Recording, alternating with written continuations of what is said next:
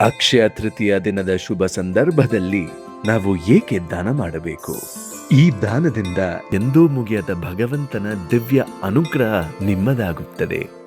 ಭಕ್ತಿ ಹಾಗೂ ಪ್ರೀತಿಯಿಂದ ಅರ್ಪಿಸಿದ ಒಂದು ಬೋಗಸೆ ಅವಲಕ್ಕಿ ಸುಧಾಮನಿಗೆ ತಾನು ಊಹಿಸಕ್ಕೂ ಸಾಧ್ಯವಾಗದ ಭಾಗ್ಯವನ್ನು ತಂದುಕೊಟ್ಟಿತ್ತು.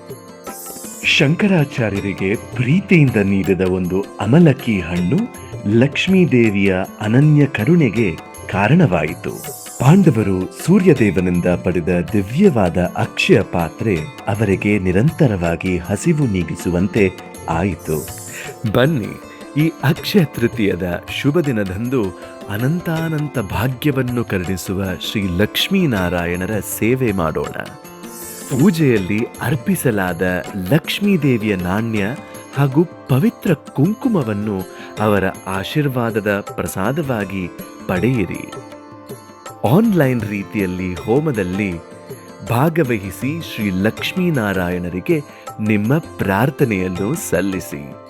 ಈ ಅಪರೂಪ ಪವಿತ್ರ ಅವಕಾಶವನ್ನು ಕಳೆದುಕೊಳ್ಳಬೇಡಿ. ಹರೇ ಕೃಷ್ಣ.